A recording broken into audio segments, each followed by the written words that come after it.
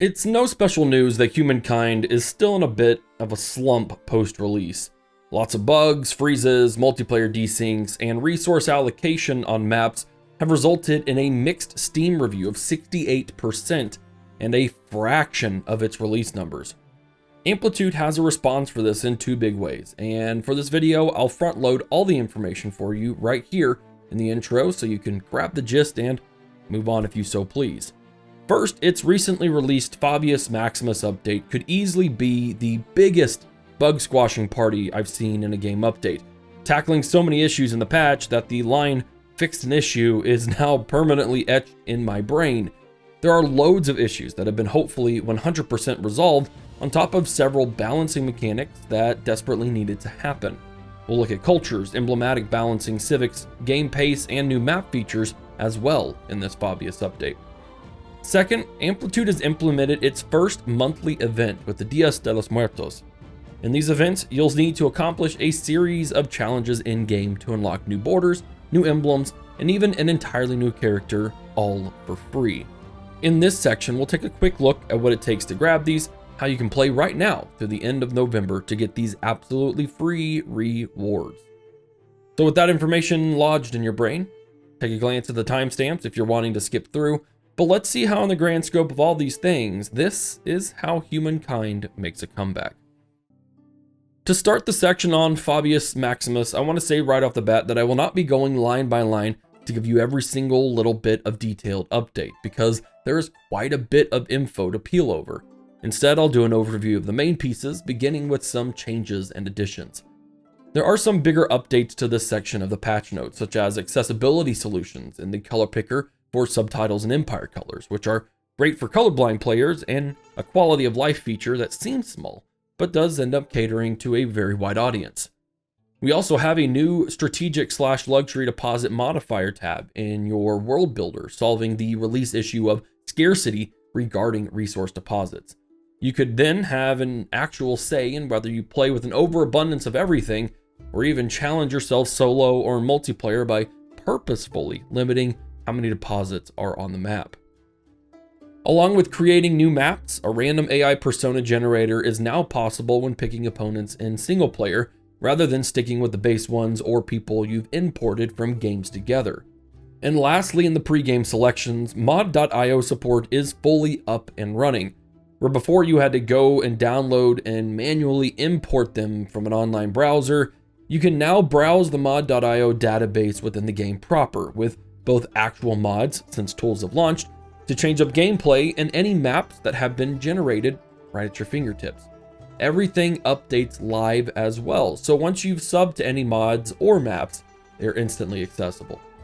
Next on the list is bonuses to AI. Before the patch, the AI was given a simple flat bonus regardless of the pace of the game. This created huge amounts of imbalance on both spectrums. Slower games caused the AI to be weaker, but faster games, they were much more powerful. Flat AI bonuses never made sense to me when it was first figured out, so naturally, seeing that the AI now has bonuses that scale with the game's speed is awesome, and will no doubt increase the actual difficulty regardless and create a more balanced experience overall. The rest of the changes and additions are extensive, reworking nearly every aspect of the game. Expansionist era stars now scale to map size just like AI bonuses do. Influence from main plazas get a boost, and a new shamanism tenet choice is in effect. From a culture balance, a host of cultures saw their effects reduced, or at least more compartmentalized. The Turks are hands down the largest of these, as their 300% increase to science input has been reduced to 5%. The Huns and Mongols, which if you've been on here long, you know how I feel about them, now need 2 sources of horses to create their emblematic unit, which is a great step forward to balancing them out. And among these cultures, a feature I voiced my opinion about for quite a while, unique culture text should be easier and faster to research, which has been put into effect with the Phoenicians and the Romans right now, although I think every single culture should be implemented by the time things are said and done.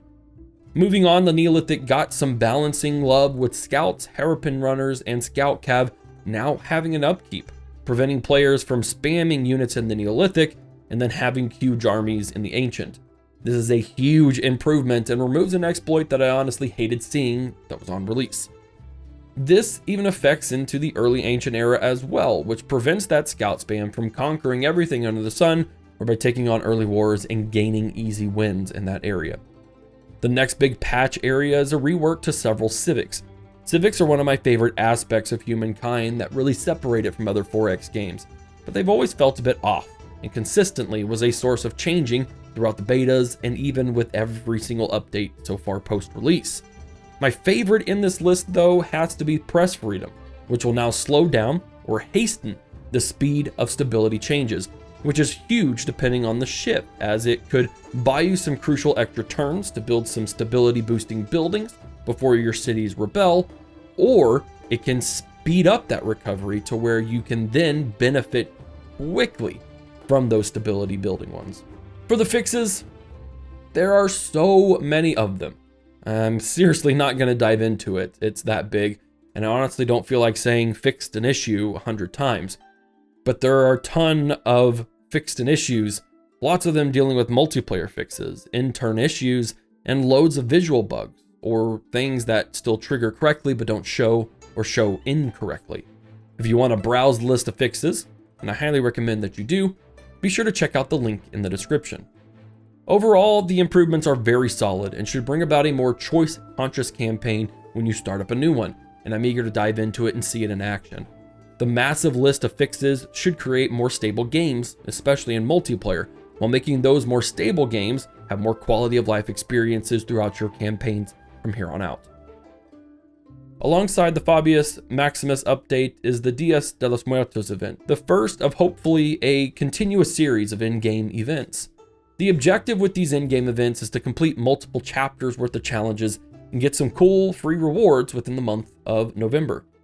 Días de los Muertos obviously focuses on Mexico, and its first chapter objectives are completing 20 festival public ceremonies, having a single city with at least 300 population, and be the religious leader of every empire in a single game.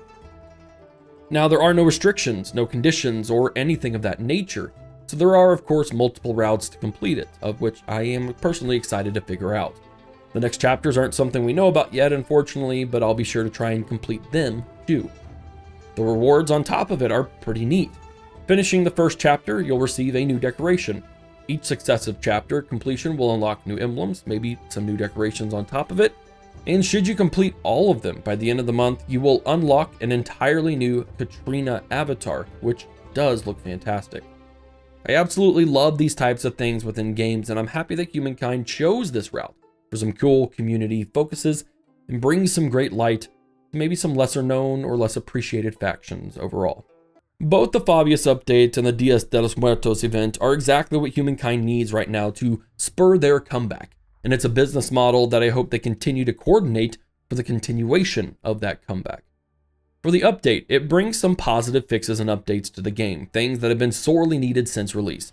Stabilizing multiplayer, fixing in-turn freezes, rebalancing cultures, and adding new features to map generation, along with scaling AI on harder difficulties, are all going to set the stage for better games that reduce the frustrations of the community in both single player and multiplayer.